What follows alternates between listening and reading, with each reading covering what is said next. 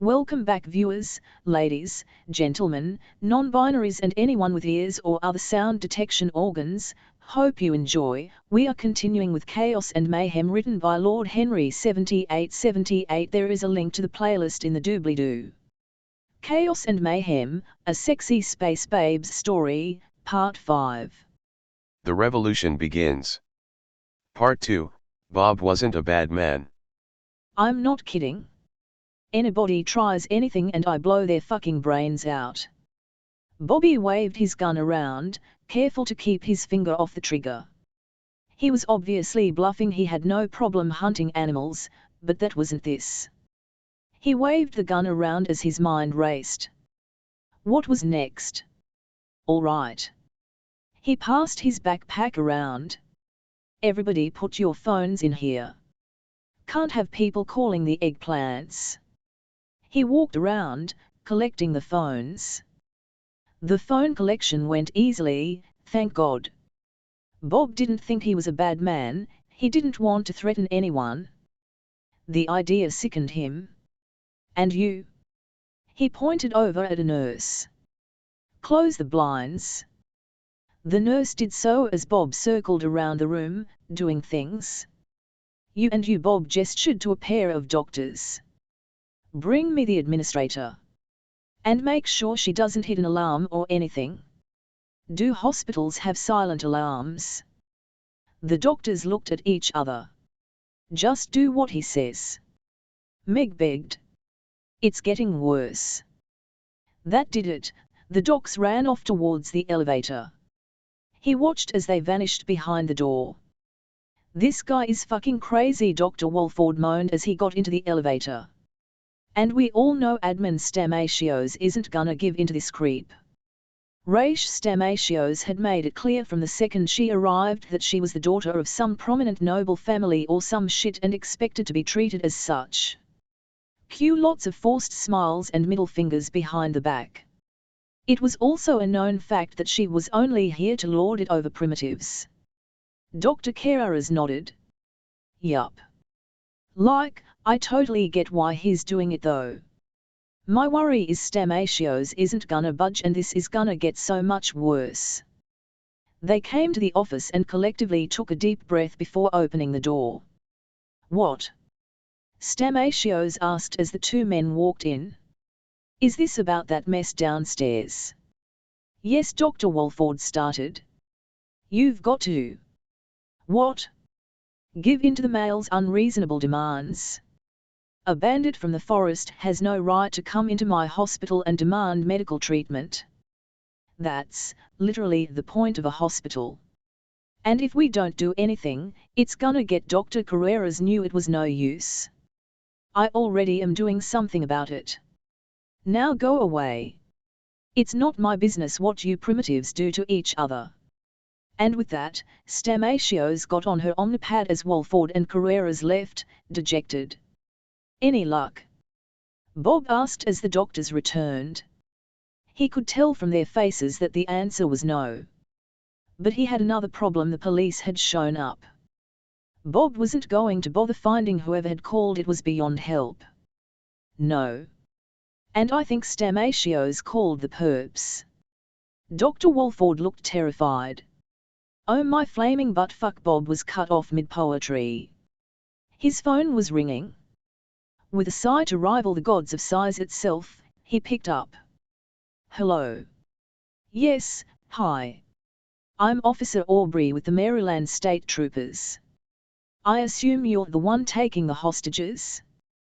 That's gotta be tough on everyone. You included? You're telling me, man, I just wanted to get my wife tested for preeclampsia, and now this.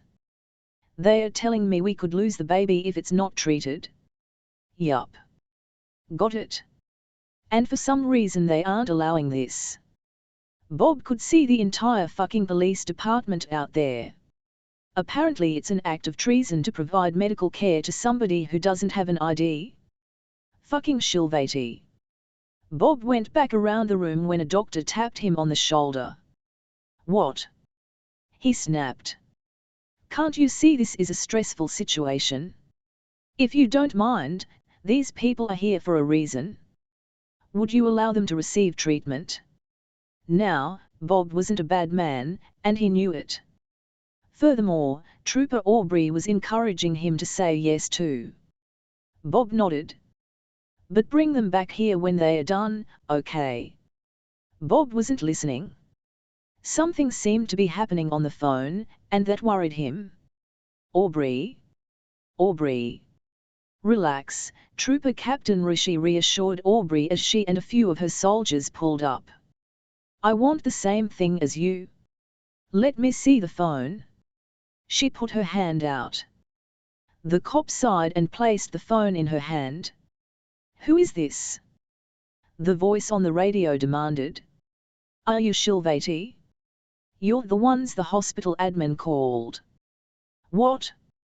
That cunt? No. Would you believe me if I said no? I want this to end without any bloodshed. And if that means giving you what you want, that is not a problem. Believe it or not, most of us are reasonable people. Be right back. And Rishi Cosmonos was nothing if not reasonable, she figured, as she put the phone down. Such primitive technology, but so useful. Spanazari. The girl looked up. Set up a thermal. I want to see this guy's every move. For us. Get that fly drone launched. Spanoy. You and Vroyos get up on the roof across the street. If this guy puts anyone human or Shilvati in danger, take the shot. Everybody gave their assent and went to do their tasks. Rishi got back on the phone. You said Stamatios called someone too? That means we're on limited time. What say we try to get this wrapped up? And lose the baby? Rishi sighed. Look. If Interior or her militia shows up, you're gonna lose a lot more than that. You'd rather deal with me. Bobby, I know you aren't a bad man. By the sea of souls, if I were in your position I can't say I wouldn't be doing the same. Excuse me. Rishi put down the phone again. Zarazan. Prepare a basic medical test for symptoms of what was it? All these human diseases. Preeclampsia. I have an idea. She picked up the phone again. Bob, I have an offer for you. Oh yeah. Rishi could see Bobby Tiernan pacing inside. Oh yeah, I have my medic out here getting ready to test your wife ID or not. You just have to let the hostages go free while I send my medic in. There was a pause on the phone. Then a long sigh. Half now, Bob said. The other half after the fact. Rishi figured that was the best she was gonna get. You have a mobile command unit and a hovercraft pulled up. Oh shit, Rishi recognized the militia women, but what was the Interior doing here? An agent in the usual Interior uniform was walking towards her. Captain Cosmonos. Shit. I'm sorry, Rishi lied through her teeth. What are you doing here? You brought me here, Cosmonos.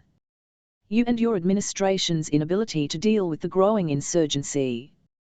Insurgency? You call a group of bandits in the woods an insurgency. Disorganized, harmless, and currently holding a hospital with 150 people, including the daughter of a noblewoman and 12 other Shilvati hostage. It was obvious she only cared about Stamatios. And, well, given the delicacy of your situation here, and your inability to deal with things, General Veers elected to put us in charge here. You can't just. We're on the verge of ending this thing without any bloodshed. The agent ignored her. You head into the hospital. Bring out Stamatios. Kill anyone who gets in the way, she's #1 priority. What? No. Rishi had half a mind to pull out her gun and blow apart this agent where she stood. Captain Cosmonos, if you do not fuck off I will have you all brought before a tribunal. The agent and her militia animals pulled out their weapons. Rishi was tempted to open fire and save everyone's lives once again. The human police had the same idea. They all pulled their weapons and pointed them at the militia. "I can't let you do that," Aubrey said. "Put down your weapons and walk away. Now." "Not a problem." The agent blew Aubrey to pieces, and that was it. The other cops all opened fire. There was nothing Rishi could do. She just ordered her troops back and recorded the battle on Ferris's fly drone. By this point, the cops were falling back into the lobby. Rishi followed the battle on the screen and thermal. Some of the remaining cops had taken cover behind the front desk as shots zipped over their heads. Some were locked in brawls with the militia and interior agents. Rishi was actually impressed. 2 cops had pulled down one of the militia bitches. One jumped on her shoulders while the other kicked out her knees. Another cop was choking one of the militia women with a shotgun before an interior agent tore him off and threw him through the window. Rishi watched in horror as the police were cut down one by one, and quite a few patients and doctors too. She switched over to the thermal again just in time to see the agent shoot somebody. Rishi didn't know who she wanted to win. Then she realized the phone was still running. Rishi Cosmanos heard Bobby Tiernan screaming not in fear or terror, but in rage. "You killed her. You killed my wife. My baby. You motherfuckers," he yelled. Rishi heard gunshots, then the crackle of Shilvati weapons firing. In the thermal, she saw Bob flare briefly before falling to the floor, more of his insides on his outside. His gun glowed brightly in the thermal. "Call command," Rishi heard through the fly drone. "Tell them the threat's neutralized." Fucking interior. And Rishi knew that somehow she was gonna take the fall for it. 3 days later, Stamatios was back in charge. Doctors Walford, Carreras, and Cohen marched up to her office. They didn't even wait for her to let them in before just about kicking in the door. They were a little surprised at first, but soon realized her guards were patrolling the lobby. The guard she had left, they'd slipped a tab of acid.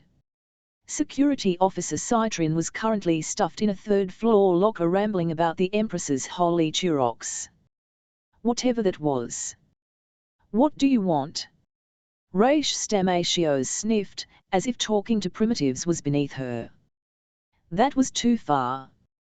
Cohen snapped. "And we just know it's going to happen again?" Carreras added. "Again, and again, and again. Anybody who sees fit to deny someone medical treatment and have them killed for Walford was cut off." "Oh, are we talking about that little hissy fit the bandit had?" Stamatios poured herself a drink. "Stop that." Cohen swept the glass off the counter. She got real nasty close to Stamatios' face. All this, Cohen's voice grew dangerously quiet. "Holier than thou, lording it over the conquered primitives bullshit." Stamatios sighed. "What do you want?" When her sister'd been given a Raikiri village, the hairy beasts rolled over for her. Why did primitives of all things have to be so difficult? "We want the final say in all things medical," Walford demanded. "And we treat all who come in, no matter what." "So," Stamatios looked amused. "Treason?" Carreras walked behind Stamatios. "I thought you'd say that." "We came prepared." That was the cue. Walford and Cohen held Stamatios down as Carreras slipped a loop of medical tubing over her neck and pulled tight. Keeping Raish Stamatios down was tough. She was huge, like all Shilvati. But eventually her movements slowed and weakened. Soon enough, the eggplant was dead. "So what now?" Carreras asked. "Oi," Cohen sighed. "Let's see. We know they are just gonna put another perp in charge. We need to hide the body. We could chop this one up, Carreras, call a nurse and have some plastic, a bone saw, rubber gloves, masks, and a medical waste tub." Carreras went and did that. Now, if we don't want yet another Stamatios, we are gonna have to stop them putting one in charge. Maybe get rid of. You talking revolt? Open revolt. Walford just about pissed himself. Armed revolt, Cohen said before shutting up as the nurse arrived. Once the nurse was gone, the three doctors suited up. Cohen started soaring. Armed refuck. We're not fighters. Walford groaned as he held out a leg for Cohen to carve up. Yes, but we have a whole stash of fighters to choose from. Cohen tossed a forearm in the tub. God, that stinks. Worse than human insides. You were saying? Carers looked out for Shilvati coming their way.